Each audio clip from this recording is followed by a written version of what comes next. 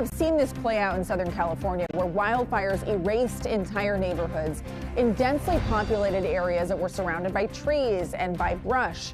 More Californians than ever are living in wildfire areas, and that goes for us too. CBS News found a significant rise in Bay Area homes prone to wildfire risk. There are 1.2 million homes in wildland areas. That is a 27% increase since the 1990s.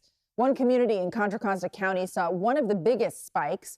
Kevin Coe takes us all the way to Brentwood, where some homeowners are all too familiar with the risks, especially when the nearby hills turn from green to brown.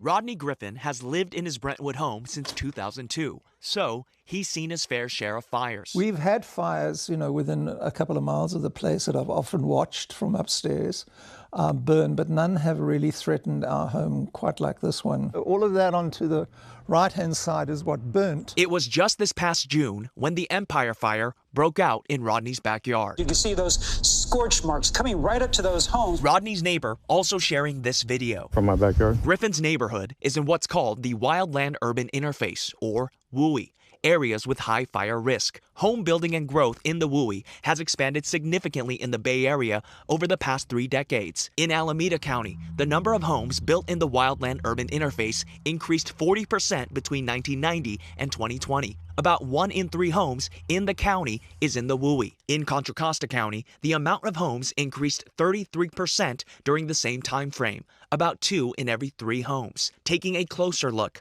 San Ramon in Contra Costa County had just over 2,000 homes in the WUI in 1990. By 2020, that number grew to more than 14,000. In Brentwood, the number of homes in 1990 was just under 400, and by 2020, more than 9,000.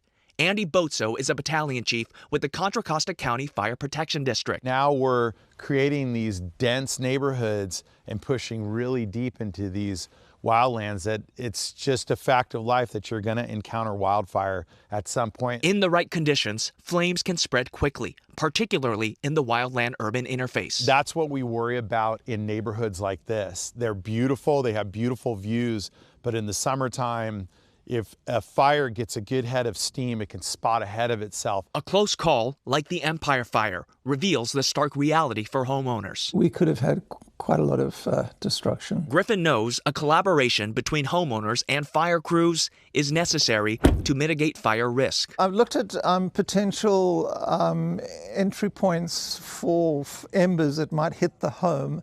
I've been in the roof and looked in the attic to make sure that there is proper mesh and covering on them, but there's more that we need to do. And yet, the risk increases as more homes are built in the Wildland Urban Interface.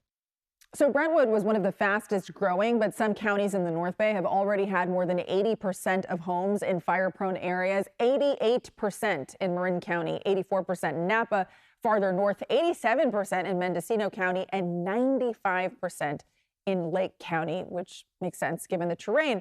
Separately, for the first time in 15 years, CAL FIRE also released a new fire risk map for the Bay Area. The red representing very high risk zones. Sonoma County saw the biggest increase with that designation, while in Oakland, fire hazard zones were reduced. Homeowners in the danger zones will eventually have to use more fire-resistant building materials and landscaping and create a 5-foot ember-resistant zone around their homes. In the LA wildfires, fences fueled the spread of the flames, so the state will also require fences that connect to homes to be made out of something other than wood. And so by breaking that pathway, that first 5 feet around the home, it truly makes a difference in saving the home, even if the rest of the wood fence burns down. CAL FIRE is still rolling out its fire risk maps through the rest of the state. The new maps are not expected to change how insurance companies make their policy decisions. If you want to see your neighborhood, if it sits in a vulnerable zone, we've posted the maps and the data on our website, kpix.com.